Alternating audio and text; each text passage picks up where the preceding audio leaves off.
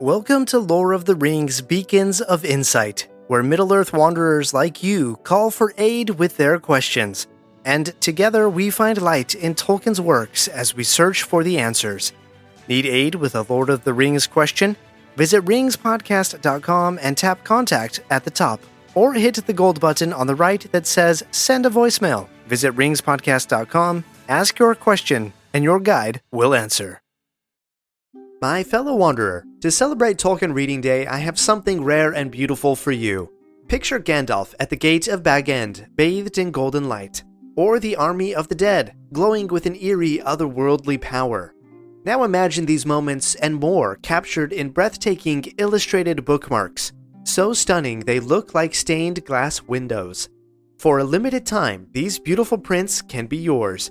You won't find these anywhere else. They're exclusive to Lore of the Rings and available for only 2 weeks. Then, like the elves sailing west, they'll be gone forever. Visit ringspodcast.com/art to see examples and join the waitlist. If you are on the waitlist, then you'll be the first to know when these limited quantity bookmarks are available. Don't miss your chance. Join the waitlist now at ringspodcast.com/art before they disappear into legend.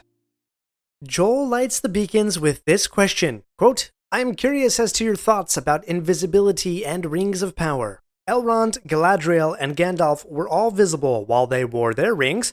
The ring wraiths were invisible even though they no longer wore their rings. The dwarves were barely affected by and presumably visible while wearing their rings. Sauron and Tom Bombadil were both visible while wearing the One Ring.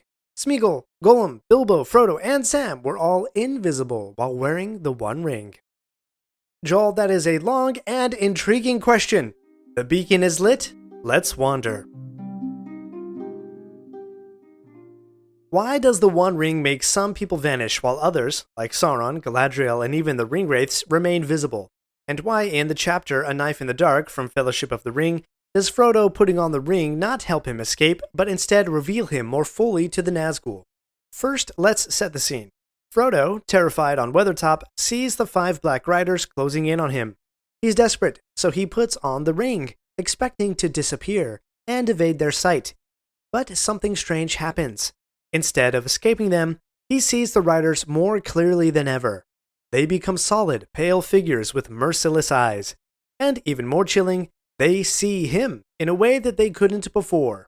They rush toward him, not blind, but as if suddenly aware of his true presence. So what's going on here? To understand this, let's step back and consider how the One Ring works. When Bilbo wore it in The Hobbit, he became invisible to the ordinary world, though he still cast a faint shadow in the sunlight. Frodo had the same experience in Bree and at Tom Bombadil's house. But we also know that wearing the ring shifts the bearer into the wraith world, the unseen world, a shadowy spiritual realm where different rules apply. And that's key because the Nazgûl already exist in that realm. They aren't just physical beings wearing cloaks, they are spectral, bound to Sauron's will and trapped between life and death. So when Frodo wears the ring at Weathertop, he essentially steps closer to their world. To ordinary eyes, he disappears, but to the Nazgûl, he becomes fully visible. More than that, he is revealed as the ring-bearer, which is exactly what they were looking for. That's why they immediately move to attack. Now, let's zoom out to the bigger question. Why does the One Ring grant invisibility to hobbits like Bilbo and Frodo, but not to Sauron or Tom Bombadil? And why were the ring wraiths invisible even without their rings? It comes down to nature and power. The One Ring doesn't have a single universal effect. It works differently depending on the wearer. Mortals like Bilbo, Frodo, and Gollum are not naturally attuned to the spiritual realm, so the ring pulls them into it, making them invisible to the physical world. But beings of immense power, like Sauron, Gandalf, or Galadriel, even Tom Bombadil, already have a foot in both the unseen and the seen worlds. They exist in a state where the ring doesn't need to drag them into the wraith world, so they remain visible. And what about the Nazgûl?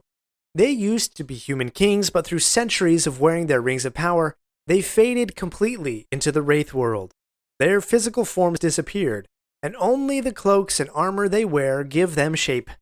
Even though they no longer possess their 9 rings, their corruption is complete. They are permanently invisible to most eyes. but they can interact with the world because of Sauron's will. The dwarves, their 7 rings never turned them into wraiths.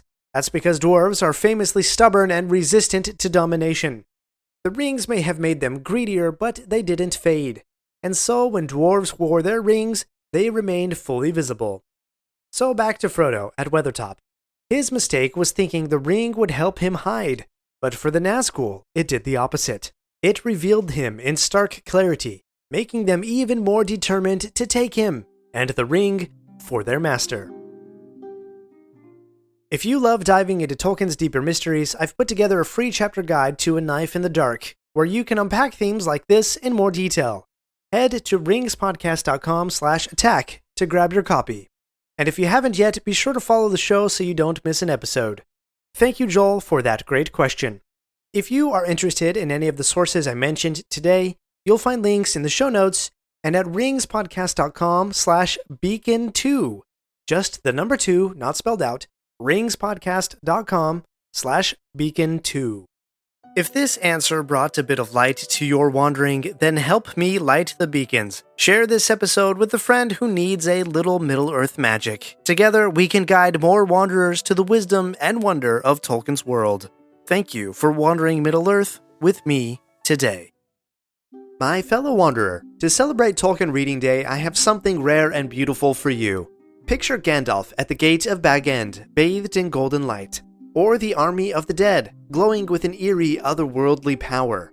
Now imagine these moments and more captured in breathtaking, illustrated bookmarks, so stunning they look like stained glass windows. For a limited time, these beautiful prints can be yours. You won't find these anywhere else. They're exclusive to Lore of the Rings and available for only 2 weeks. Then, like the elves sailing west, they'll be gone forever. Visit ringspodcast.com/art to see examples and join the waitlist. If you are on the waitlist, then you'll be the first to know when these limited quantity bookmarks are available. Don't miss your chance. Join the waitlist now at ringspodcast.com/art before they disappear into legend.